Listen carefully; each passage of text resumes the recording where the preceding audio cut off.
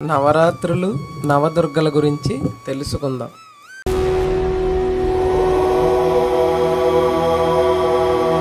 నవరాత్రులు సంవత్సరంలో ఒకసారి మాత్రమే కాదు, మన సనాతన ధర్మంలో సంవత్సరంలో 4 సార్లు వస్తాయి.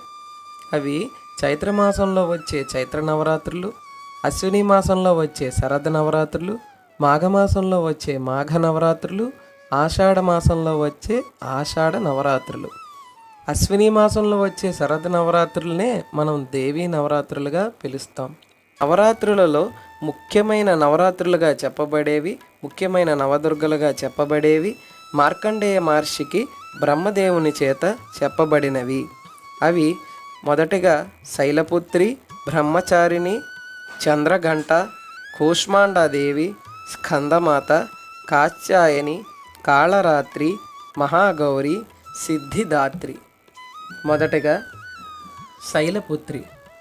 ఆదిశక్తి మొదటి జన్మలో దక్షుని కూతురిగా పుట్టి తన దేహాన్ని అగ్నికి అర్పించుకున్నాక తన రెండవ జన్మలో పర్వతరాజు కుమారిగా జన్మిస్తుంది. అందువలన ఈమెను శైలపుత్రిగా పిలుస్తారు. ఈమె ఒక చేత త్రిశూలము, ఒక చేత కమలంతో ఉండి తలపై చంద్రవంకను కలిగి ఉంటుంది. ఈ తల్లి మానవునిలో నిద్రాణంలో ఉన్న కుండలిని శక్తిని మేల్కొల్పుతూ ఉంటుంది. రెండవ రోజు బ్రహ్మచారిణి. గురువుగారి వద్ద శిష్యురాలిలాగా తపస్సు చేసే స్వరూపం కలిగి ఉంటుంది. ఈమె ఒక చేతిలో జపమాల, ఒక చేతిలో కమండలం ధరించి ఉంటుంది. పరమేశ్వరుని కొరకు తపస్సును చేసి ఉమాదేవి అని కూడా పేరు పొందింది. ఈ తల్లి స్వరూపం శుభకరమైనది. భక్తులకు ధ్యానశక్తిని ప్రసాదిస్తూ ఉంటుంది. భక్తి మార్గాన్ని ప్రబోధిస్తూ ఉంటుంది. మూడవది చంద్రఘంటాదేవి. ఈమె తన శిరస్సును ధరించిన చంద్రుడు అర్ధచంద్రాకారపు ఘంటాకృతిని పోలి ఉండటం వలన ఈమెను చంద్రఘంటాదేవి అని అంటారు. ఈమె 10 చేతులను, బాణము, గద, ఖడ్గము మొదలగు అస్త్రాలు కలిగి ఉంటుంది. ఈమె వాహనం సింహం. ఈమె వాహనంపై అసురులను వధించటానికి ఎల్లప్పుడూ సిద్ధంగా ఉన్న స్వరూపాన్ని కలిగి ఉంటుంది. ఈ తల్లి ఘంటానాదానికి ఎంతోమంది రాక్షసులు భయకంపితులై ఉంటారు. అమ్మ భక్తులను మాత్రం చాలా శాంత స్వరూపిణిగా కనబడుతూ ఉంటుంది. ఈమెను పూజించటం వలన భక్తుల కష్టాలు అతి త్వరలోనే తీరుతాయి. 4 కూష్మాండాదేవి.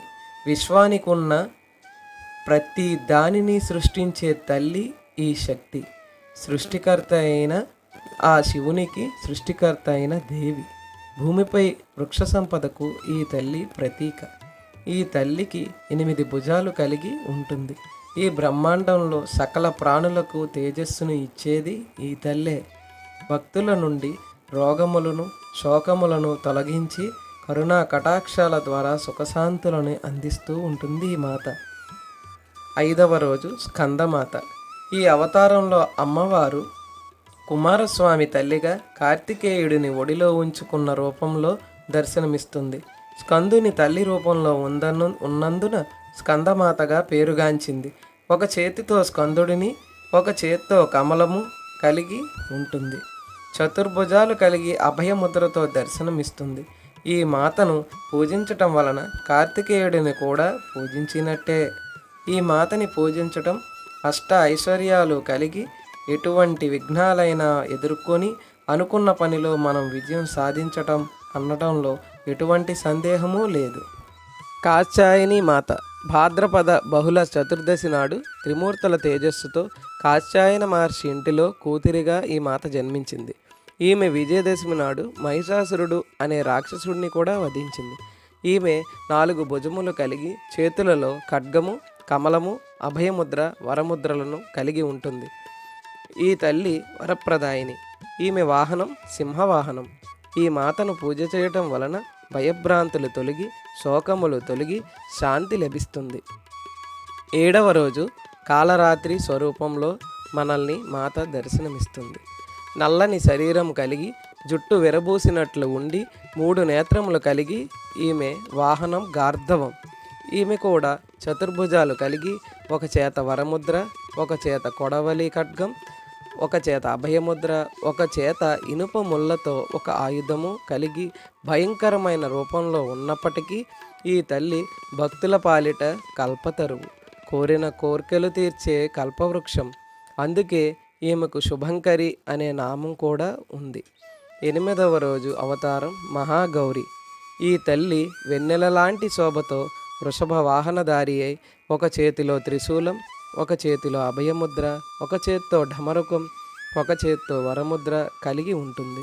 ఈ తల్లి ధర్మానికి సంకేతం. ఈమె అసాధ్యాలని సుసాధ్యం చేసే తల్లి, అష్ట కష్టాల నుండి తీర్చే, మనకి సౌభాగ్యాలు అందించే తల్లి. 9వ రోజు సిద్ధరాత్రి దేవి. ఈ తల్లి సకల సిద్ధులను ప్రసాదించే తల్లి కనుక సిద్ధదాత్రి అనే నామం వచ్చింది. ఈమె కమలంపై కూర్చొని చతుర్భుజాలు కలిగి ఒక చేతిలో చక్రం, ఒక చేతిలో గదను, ఒక చేతిలో శంఖం, ఒక చేతిలో కమలం ధరించి ఉంటుంది. ఈమె బుద్ధిని ప్రసాదిస్తుంది, సుసంపన్నమైన జ్ఞానాన్ని కూడా అందిస్తుంది. తెలుగు రాష్ట్రంలో విజయవాడలో కల అమ్మవారిని శక్తి రూపంలో ఉన్న రాజరాజేశ్వరీ దేవిగా ఆ 9 రూపాలనే మనం ఒక్కో రోజు ఒక్కో అవతారంలో అలంకరించి కొలుస్తాం అన్నమాట. ఈ బెజవాడ దుర్గమ్మ అవతారాలు ఇప్పుడు చూద్దాం. మొదటి రోజు స్వర్ణ కవచాలంకృత దుర్గ, 2వ రోజు బాలా త్రిపుర సుందరి, 3వ రోజు అన్నపూర్ణాదేవి, 4వ రోజు గాయత్రీ మాత, 5వ రోజు లలితా త్రిపుర సుందరి, 6వ రోజు సరస్వతీమాత, 7వ రోజు మహాలక్ష్మిగా, 8వ రోజు దుర్గామాతగా, 9వ రోజు మహిషాసుర మర్దినిగా మనకి అనుగ్రహిస్తూ ఉంటుంది. నవరాత్రులలో ఈ నవదుర్గలకి పూజలు చేసి వారి యొక్క కరుణ కటాక్షాలు మనమందరూ పొందాలని నా ఆకాంక్ష.